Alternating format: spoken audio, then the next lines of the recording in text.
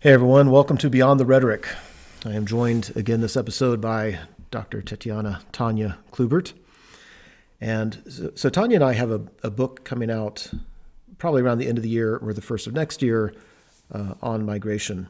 And since migration has been such a hot topic in the news lately, I thought it might be interesting just to talk a little bit about that because, as is usual, we have, if not different perspectives, at least we have different backgrounds with migration. So, in the U.S. right now in the news, is the migration is talked about in terms of the crisis at the border, and the way that's defined has been under Trump's presidency, people were put into detention, parents and children were separated, and that was just as a horrible humanitarian crisis. And then now that Biden is president and he has a reputation, or that the U.S. will be more lenient with migration, a large influx of people are at the border. And apparently there's a trend that I didn't know was a thing, but apparently there's a trend now that their parents are just kind of sending their kids up. Like, you won't say no to the kids, but if we show up as a family, you might say yes, you might say no to all of us, which is just a terrifying thought of these poor children just showing up in a country, and they're being detained, of course. And a lot of times it's not wanting to detain for detention's sake, but there's just, what do we do with all these people? And so that's a big topic in the news, and Vice President Kamala Harris has been tasked with, my understanding is, just kind of being over this problem. So, and there's a couple of things I want to talk about there, but I feel like just for context, maybe you could enlighten us about migration in the European context a little bit. You want me to give the European context? Yep. Yeah, this is the question is where to start, because Europe and migration, migration is a part of Europe. But I think what you are referring to is probably what we called here in Germany migration crisis. It was 2015. Where almost 1 million of people, and Germany has 80 millions of people. So a huge, rather good number of people came as refugees mostly. A lot of them came from Syria to Germany, and that's what we here in Germany called migration crisis. The question is, what was it about, the context of this? Let me just probably delineate some of the lines of this context. I would say there was for Germany a big ethical, a moral question. How can we do in a morally good way? And then it was also a pragmatical question, but let me probably separate these two levels. So speaking about ethical questions, I think Germany had this kind of ethical imperative, moral commitment to being more humane, also regarding its history, right? So if you think in Germany about the so-called self-image, what kind of society do we want to be? And then it would be always a kind of society that doesn't repeat the faults, the mistakes of the past. And the mistakes of the past were to be inhuman, to have caused 2 world wars and Holocaust. So to put out of people, of common Germans, the worst to which a human can be capable. And I think this notion of, we can be capable to very inhuman, to very evil things. I think this is still a kind of warning bell in a lot of our heads, and I mean our, not only like ethnic Germans, but everyone who lives here in Germany, just think about this, like what is a human being capable of. Can I interrupt just real quick? Yeah. So just because I think a lot of American listeners may not be aware of this, but that was one of the big controversies across the European Union, was that a lot of countries, especially in fairness, a lot of the countries that were border countries and receiving a lot of these refugees from Syria, a lot of countries had the narrative that, we don't want them. You deal with your problems in your own country. We shouldn't have to deal with this. A lot of people speculate that's one of the reasons behind Brexit, right? Because a lot of these refugees were making their way to the UK, and they're just tired of it. They didn't want to deal with that. And Germany, especially behind Angela Merkel, she said, we are not going to ignore our moral obligations. So that's my understanding. So correct me, and then No. I think this is a pretty fair description of what was happened. But I tried to put it into context. Why does it happen? And in Europe you have this a conflict that you don't have in the U.S. In Europe you have a conflict that European Union defines itself as value-based community of states. Value-based community of states means we are together as all the states of European Union, 27, because we are committed to values such as humanitarian values, so democracy, human rights, peace, and. So all these countries say this is a value-based community. It's not monetary community, it's not a free trade community, it's whatever. We are community because we are connected through values. And then one of the big values, human rights and humanistic values, blah, blah, blah. And then there are countries who say, values are good, but pragmatically seen, we cannot take all these refugees. And I think this was a difference, and I don't want to praise Merkel. She could be criticized, both would be fair. But she said, actually, we cannot proclaim one value and then go pragmatically thinking with another value. We can at least try to stick with our values. So it was Merkel who said, wir schaffen das, we will manage this, because we don't have a choice. We don't have another moral choice. What would be an alternative? Alternative would be evil. So then we stick with this. We say refugees welcome, just because we cannot act otherwise. And I think this is the problem with ethical part and pragmatical part. I would say, yes, we do have something like ethical, moral imperative to be human. But we have also pragmatical imperative to manage this. So Merkel says, we will manage this, wir machen das, wir schaffen das. But actually, after this rhetoric, you didn't have a deep structural political steps, procedures that would follow up after this welcome culture, a very pragmatical culture, how to deal with this 1 million of people coming. And I think this, and that's why Merkel was criticized by, because there were problems, and we can speak about these problems. But I think what we need to probably to see also in case of the US, a parallel is, there is an ethical imperative. Our societies want to have some values, be it democracy, be it, we are not, we are beyond barbarism, right? So the German fear is the collapse into barbarism, the slapping back, or how you would say it, into barbarism, because we have this memory of barbarism. So there is this ethical border. We don't go further this, but pragmatically speaking, this is an issue. Right. Yeah. So it seems to me, I just want to stick on the moral part just for a minute. So, I mean, I give kudos to Angela Merkel and for what Germany did. So a lot of the EU countries, they decided on quotas. Like, if everybody takes in a share, we can spread this burden, if you will.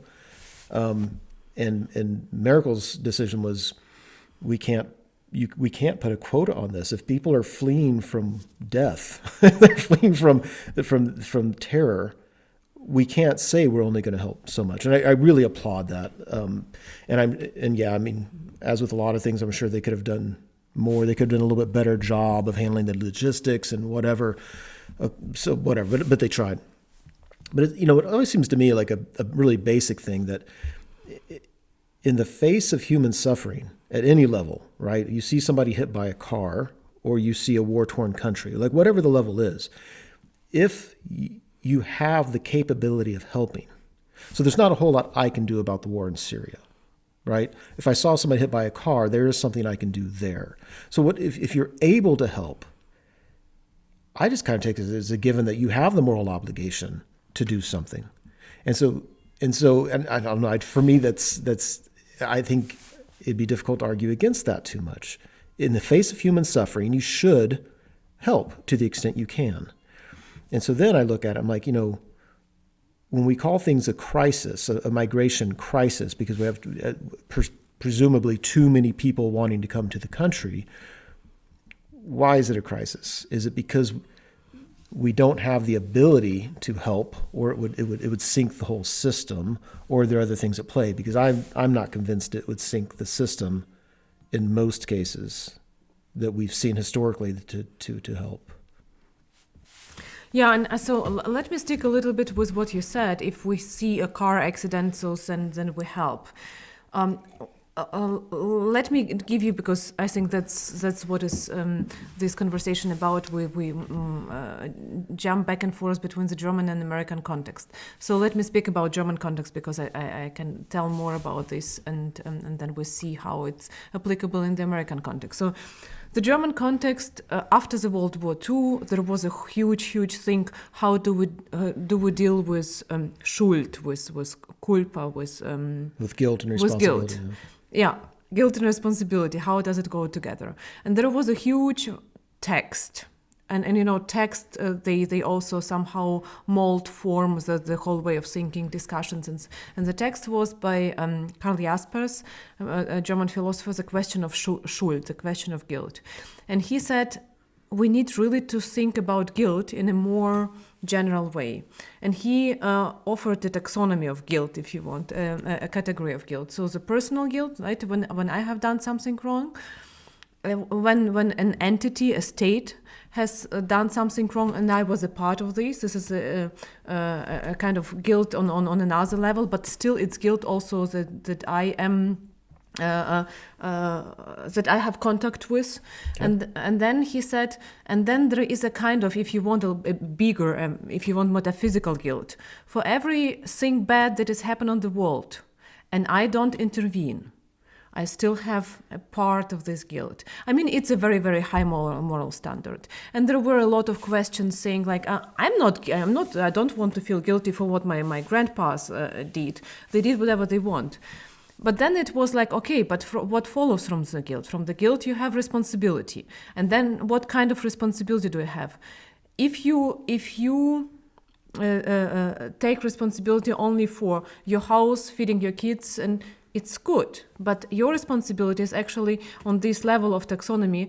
It's always also for the bigger entity because you are part of, and also a kind of metaphysical entity, like responsibility for the world, right? And even if you cannot change the world today, if you cannot change the world tomorrow, but you still, as a part of the world, you feel responsible for the world. I mean, it's a high moral standard, if you want. But I do think, like, in this kind of migration, we all are asked to think about our responsibility. If we say, this is a border, and we don't let people in, can we live with this? You know, I'm asking myself all the time how Switzerland, the Germans, in Europe, you have this neutral or Switzerland that says you can fight, you can conflicts, we don't intervene. And a lot of German Jews were trying to go to Switzerland to fly from the death. And Switzerland just closed the border and said, no, we cannot. We're a small country. We're neutral. We want to stay neutral. We won't take a part. And they closed the border. And then, the consequence was death. And I'm asking myself, how can you live then with this notion that because you haven't helped on a bigger level as an entity, it caused a death? Yeah. Yeah. And, Jews fleeing Nazis in World War II obviously is kind of a profound instance of it. But I think people migrate for a reason. I mean, most people, I think, don't want to leave their home. They don't want to leave everything they've known. And a lot of people who migrate actually would prefer to go back to their home country. It's just they need to leave now. It might be because of war or because of a dictatorial regime that is making them fear for their lives. But even if it's economic, there's like, we're in poverty and there's no hope of getting out. I think if anybody who's willing to pack up nothing and just go and try to get to another country, that's telling me this isn't a whim. They're not wanting to go to Disneyland. They're not saying, oh, wouldn't it be great? They're being compelled to for some reason. And I think I think that example does apply even with people from Central America at the southern U.S. border. I think people fleeing poverty, among other things, is worth considering. And so, I said I was talking before about you mentioned logistics. Like you couldn't be overwhelmed if you had a country of 1,000 people and 10,000 refugees showed up at the door. It would overwhelm the system. There's no doubt about it. But that isn't what's happening. A lot of times, I think there's an unspoken narrative that our system can't handle this influx. And that narrative has been going on in America for a long time. I mean, America consists only of immigrants. Only. Now, okay, there was a native population who, by the way, migrated around, but whatever. But once you talk about, name me a citizen in the United States whose some ancestor didn't migrate here. We were all migrants, right? Descendants of migrants or something. So this notion of will it overwhelm the system? So I was looking at this recently. Tanja knows because we were writing together. We were talking about this. So I was looking at statistics for 2010 to 2015 in the U.S. There was a net 900,000 immigrants out of a country of 320 million people. So you're talking roughly 0.25% came in. And I'm like, that's why for me, when I was saying, like, if it's something you can do, you should do. If you can't, if it's going to sink the system, then I appreciate there might be other arguments, whatever. But 0.25% of the population, I don't care if that's every year, that seems to me that if there was a reason to, I don't think people should feel that they need to have a benefit before they would help. I think you should just help because it needs to be done. But if people did think there was a benefit to having them, would that overwhelm the system to bring in 0.25% of the entire population? I'm like, I just don't think it would be. Like, I think that logistically, we could probably figure it out. There's a lot of things that we've figured out in the past, from converting the energy in an atom to a weapon. I mean, traveling around space, some things take effort, but you can figure it out. But let's put, a portion of that effort towards how can we help people who are suffering enough to be willing to just leave everything and come somewhere else and start it with nothing. Why can't we just figure that out? Right, and I think that's why we need to see both dimensions. We need to see the ethical dimension, and we can say, so if we don't have, what is the alternative? The alternative is just we don't know what is good, but we do know what is bad. So we had the historical example of bad. So if we know that the alternative is not tenable is not something that we can do, then we think about this pragmatical part, right? Then we think how we organize different integration process, how we organize probably education, how we organize learning possibilities, or how we take responsibility for the world, try to make the whole world a better place, the countries where people come from, to not probably to use and overuse the Earth's resources, but to think about in kind of, I have responsibility for the world. A very limited one, but still, I mean, it's really idealistic. But I think this is a starting point because we know what could be the alternative, and we cannot go with the alternative. And then, if we cannot go with the alternative, but there is no solution for this big problem, that let us just start searching for solutions. I would say, and hopefully we can come. And I remember that, and I see the parallel, like you say, now Biden seems to have a politics that probably wakes hopes in the migrants. And a lot of migrants come now because, as Biden says, they come probably not because I am a good guy, but probably yes. And I remember Merkel was criticized, like, how could you do it 2015 to let so many refugees into the country? And now the country needs to deal with all these problems. And I remember what Merkel answered to the journalist, like, do you really want me to excuse for being human? And I said, this is the best answer ever. Do you really want me to feel guilt that I am that I act in a way that we for our countries actually claim to be the raison d'être, the reason of being? Our founding father, your founding father, Europe is based on some basic values, right? We signed all this codex, so this is something that we cannot go behind. If we cannot go behind, then we need to go further and find out how to deal with this. Yeah, I'd also be interested in looking at how is the German, I mean, not that I don't think the economy is the most important thing everywhere, but how's the German economy doing since 2015? As far as I can tell, they're doing well. They do. I know COVID and things like this. And Sure. to be honest, German economy needs migrants. So this is obvious for everyone, at least for two reasons.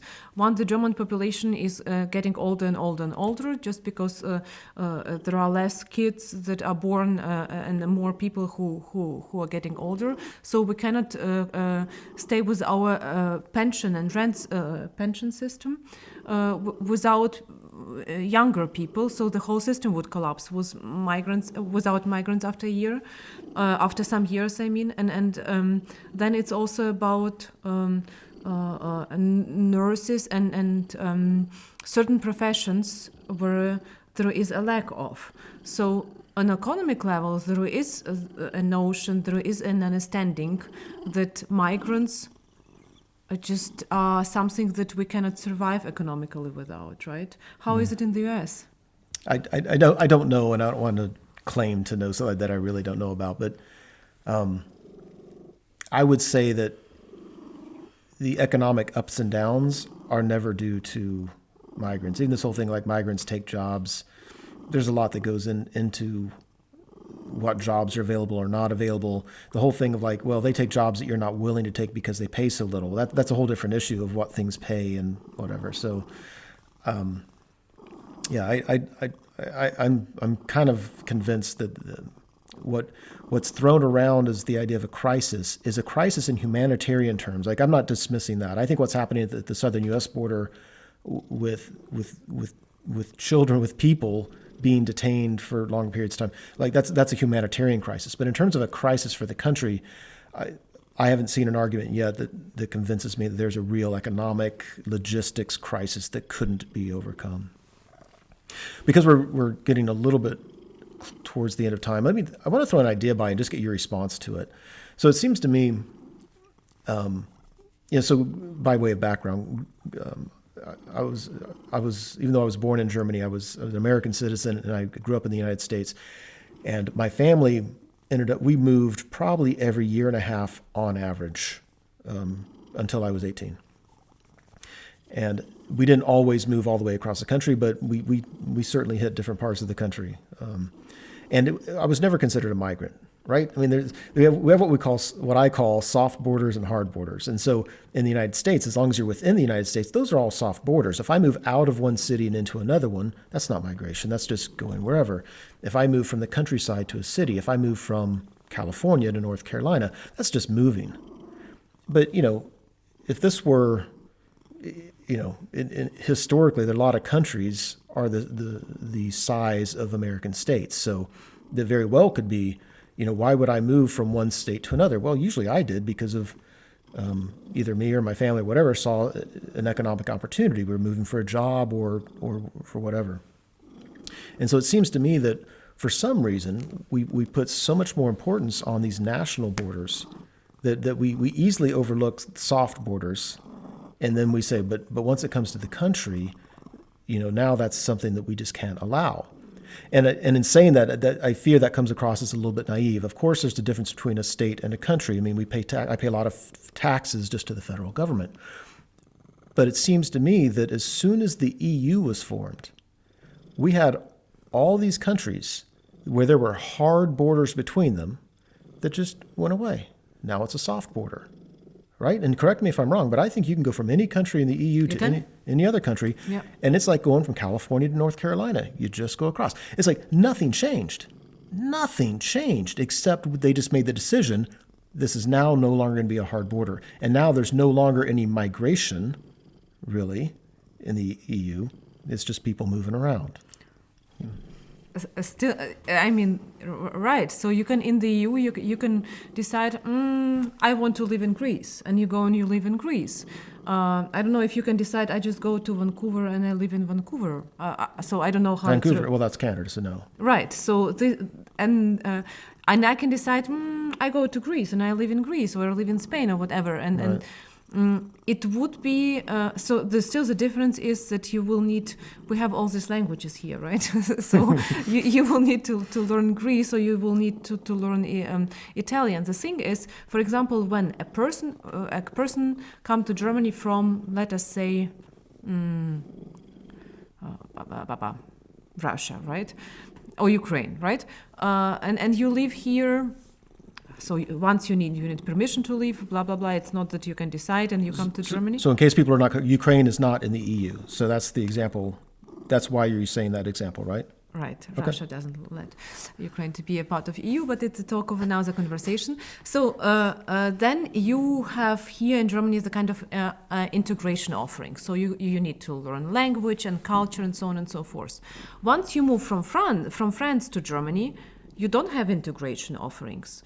They don't consider you like, you're actually foreign here, and we teach you our language, we teach you our culture. No, this is okay. This is, it's okay to have here French people or Italian people. So yes.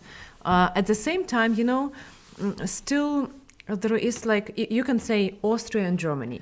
This is not language. There are no language barrier. In both countries, you speak. Sure, it's the same German. No, that's not what I meant. But I'm joking because I can't understand Austrians a bit. But if you as a German person, if you move to Austria, you have a label. You will always be considered as they have as the words for German that are very pejorative. I don't want to repeat them, but this is like, no, they are not us. So you and even like I moved from eastern part of Germany to Bavaria. Southern part of Germany. The southern part of Germany, and then I was in a small village, and I remember that people were like, I felt foreign, and I didn't feel like they give me access to them, and it was just from one part of Germany to another. And then I was friend with an old woman who was 81 or something like this, and she told me, child, don't worry to be integrated in the village. I moved here 29 years ago and I am still a foreigner. So the definition of foreigner is a very, very, I would say, arbitrary one. It's not only about, I would say it's the definition of foreigner or not foreigner, of migration or not migration is how homogeneous you want your group to be. And how much diversity is a part of your identity. Because I would say it doesn't matter which nation you are and blah, blah, blah. If you move to Berlin, you feel home. Because this is a part of Berlin's identity. We all are different, right? And if you move in a group, in a village, in a country, in a region, where a homogeneity, we are only this, is a thing, then it's migration, I would say. Probably it's a topic of another conversation. Yeah, I was going to say, like, we should talk about that, because I agree. I think New York is like that. I think New Yorkers want you to follow the system in New York. They're very intolerant if you slow down the system. But other than that, they expect diversity. They like diversity in all its forms, not just geographic, right? Yeah, that's a great point. Okay, so we talk about diversity some of the day. So cool. All right. Well, thanks. I think we'll wrap that up with our thoughts about migration and the so-called crisis of it. And that we all are migrants. Yeah.